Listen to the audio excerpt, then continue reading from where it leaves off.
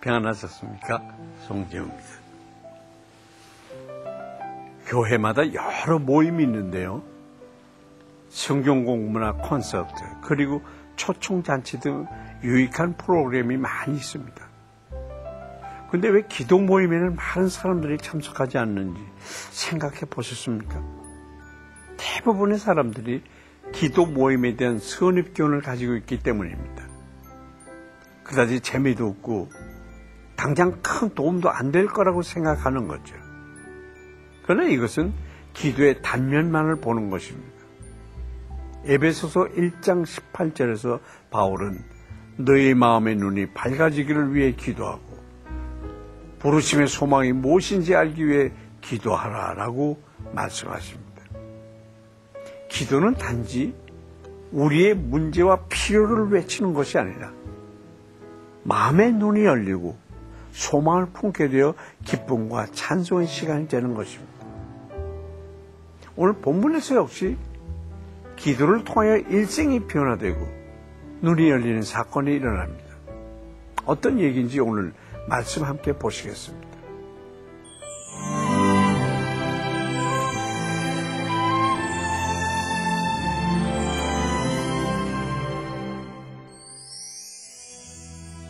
오늘 보신 말씀은 마가복음 7장 24절부터 37절까지입니다. 예수께서 일어나사 거기를 떠나 두로 지방으로 가서 한 집에 들어가 아무도 모르게 하시려 하나 숨길 수 없더라. 이에 더러운 귀신 들린 어린 딸을 둔 한 여자가 예수의 소문을 듣고 곧 와서 그 발 아래에 엎드리니 그 여자는 헬라인이요 수로보닉의 족속이라. 자기 딸에게서 귀신 쫓아내 주시기를 간구하거늘 예수께서 이르시되 자녀로 먼저 배불리 먹게 할지니 자녀의 떡을 취하여 개들에게 던짐이 마땅치 아니하리라. 여자가 대답하여 이르되 주여 올소이다마는 상 아래 개들도 아이들이 먹던 부스러기를 먹나이다. 예수께서 이르시되 이 말을 하였으니 돌아가라. 귀신이 내 딸에게서 나갔느니라 하시매 여자가 집에 돌아가 본즉 아이가 침상에 누웠고 귀신이 나갔더라.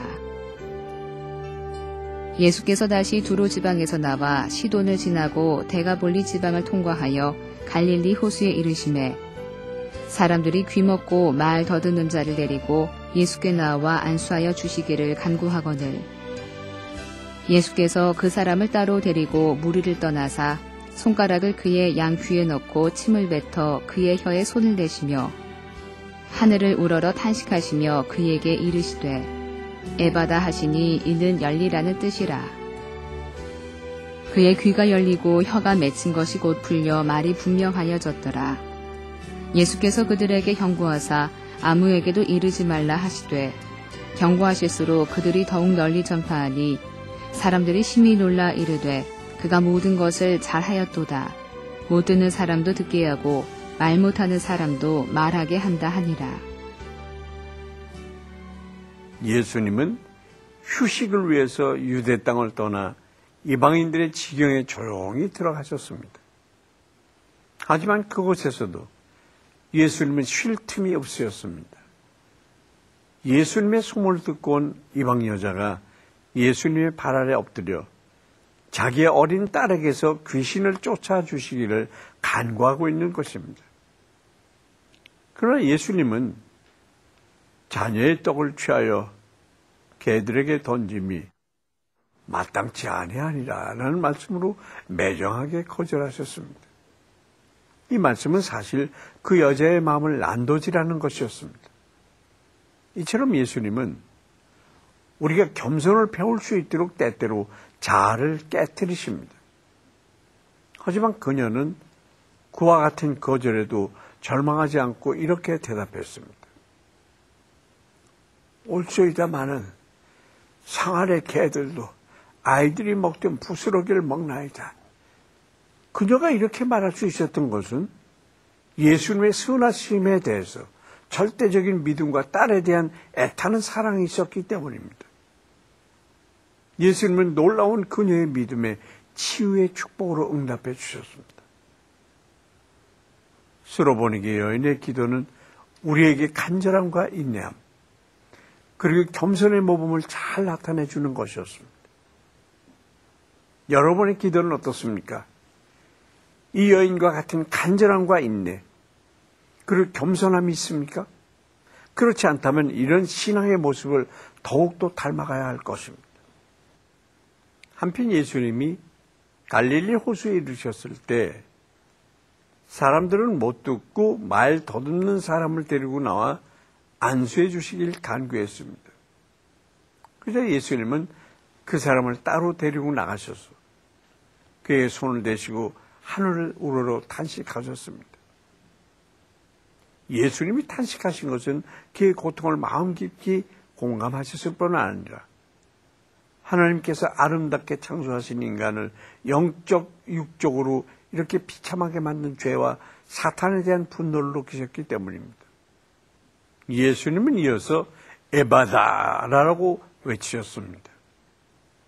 그 말씀을 마치 빛에 있으라라고 명령하시던 창조주의 말씀과 같은 권위이며 이 말씀으로 그의 귀가 열리고 혀에 맺힌 것이 풀려 분명히 말할 수 있게 되었습니다. 오늘도 우리는 하나님의 말씀을 잘 듣지 못하는 귀와 그 사랑을 표현하고 진리를 선포하는 데 굳어있는 혀가 풀릴 수 있도록 예수님 앞으로 나가야 합니다. 한편 백성들은 예수님에 대해서 그가 모든 것을 잘하였도다라고 고백하고 있습니다. 이것은 하나님이 지으신 그 모든 것을 보시니 보시기에 심히 좋았더라라는 창세기의 말씀을 떠올리게 합니다. 이처럼 예수님이 계신 곳에는 아름다운 변화의 역사가 일어납니다. 우리의 영적인 둔감함과 듣지 못하는 귀와 전하지 못하는 혀가 풀리도록 믿음으로 간구하는 하루가 되시길 바랍니다.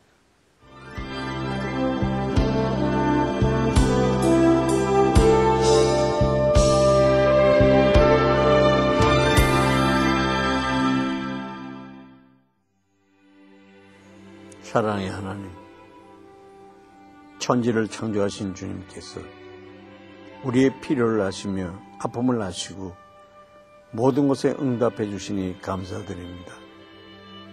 하나님을 신뢰하는 마음으로 주님께 나아가오니 우리의 연약함을 긍휼히 여겨주시고 병든 자, 외로운 자, 고통받은 자들이 주님께 치유받는 역사가 일어나게 해 주시옵소서.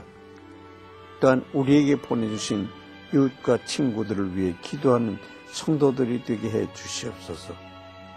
살아계신 예수님의 이름으로 기도합니다. 아멘. 통일을 준비하고 기도하는 단체들과 사람들에게 한 가지 조심해야 할 것이 있습니다. 바로 자기 단체의 비전, 스스로의 통일 방식만을 고집하는 것인데요. 자칫 잘못하다가는 우리의 통일 담론이 그리스도보다 높아진 사상이 될 수 있기 때문입니다. 모세를 이어 이스라엘 민족을 이끌어야 하는 여호수아에게 하나님은 우로나 좌로나 치우치지 말라고 말씀하십니다. 강하고 담대하라는 말씀만을 열정적으로 붙잡기보다는 균형적인 시각을 가지고 통일을 준비하며 기도합시다. 또한 통일을 준비하는 각 단체들이 사랑 안에서 연합할 수 있도록 지혜와 사랑을 더하여 주시기를 기도합시다. 베스트셀러 작가인 소설가 공지영 씨는 수도원 기행이라고 하는 책에서 이렇게 고백했습니다.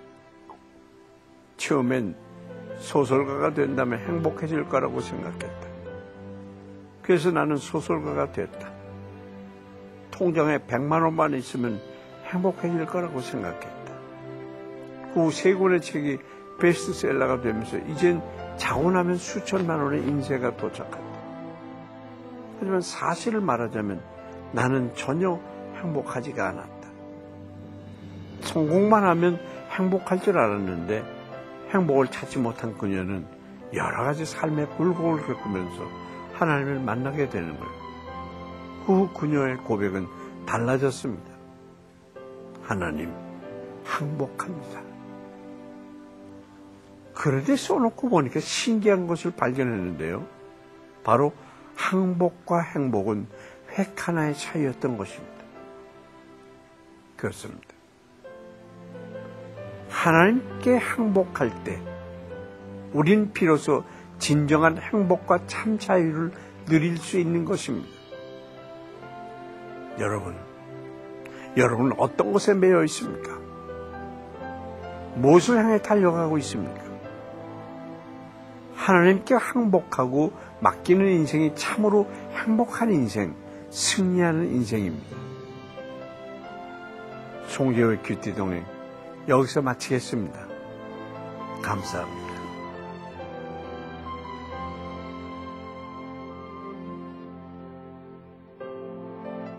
이 프로그램에는 GTM에서 큐티 교재 GT를, 책으로 만나는 성지 순례 답사기 바이블 루트를, 수아영에서 기초 화장품을 협찬해 주셨습니다.